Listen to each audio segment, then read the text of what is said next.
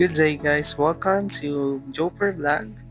By the way, my name is Joe, and for today's video, as you can see, nagbabiyahe kami ngayon papunta sa property na na-acquired ko under Pag-ibig Acquired Assets Negotiated Sale dito sa Santa Maria, Bulacan, sa Sonoma Residence.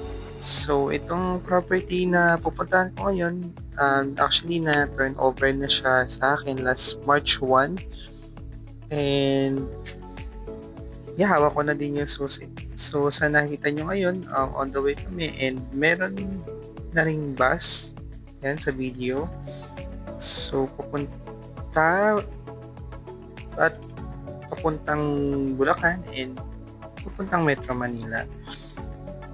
So, dito guys, liliko lang kayo dyan sa may barangay.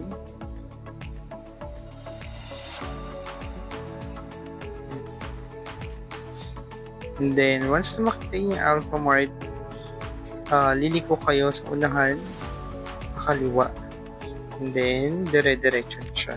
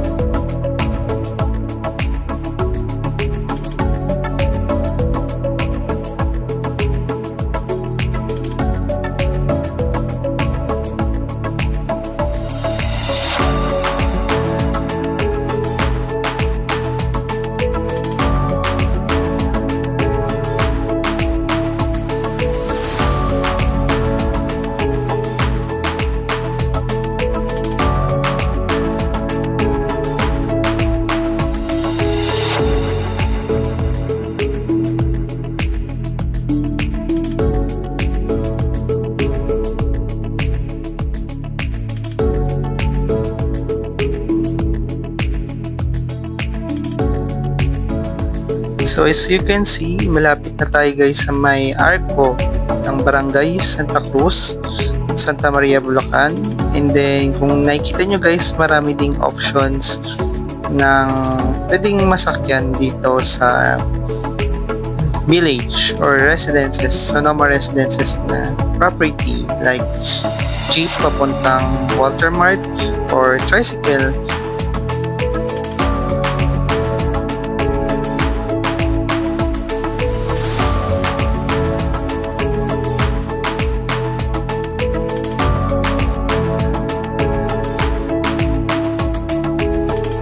So dito guys, nakikita nyo malapit na tayo dun sa pinaka landmark, which is yung simbahan dito sa may Santa Cruz. And then, sa unahan yan, bali makikita na natin yung Sonoma Residences. Anyways guys, kung gusto nyong malaman kung paano ko na-acquire itong property, gagawa ko ng separate video one of these days para maipakita ko sa inyo step by step kung paano ko nakapag-bid sa Pag-ibig website. Okay?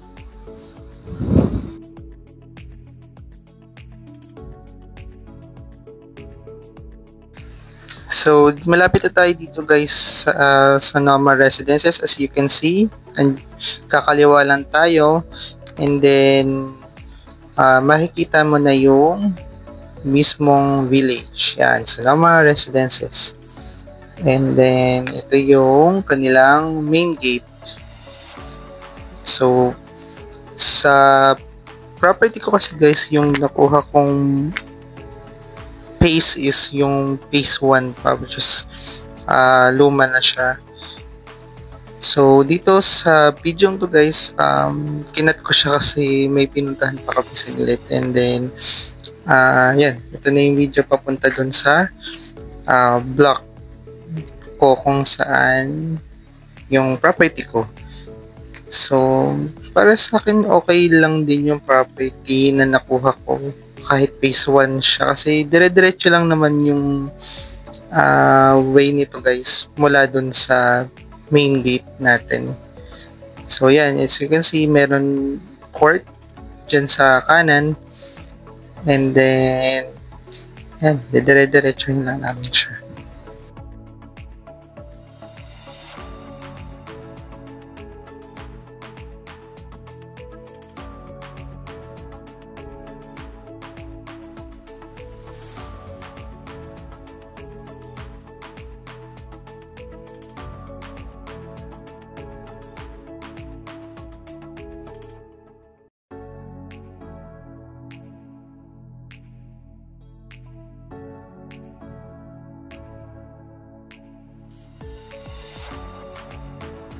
So, okay guys, nandito na kami sa may block ko.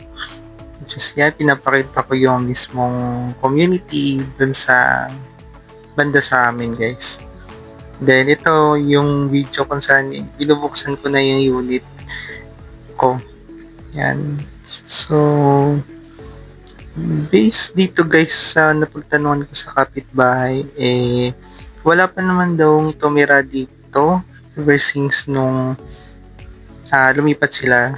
Actually 10 years na daw yung kapitbahay as per them. And then yan yung loob.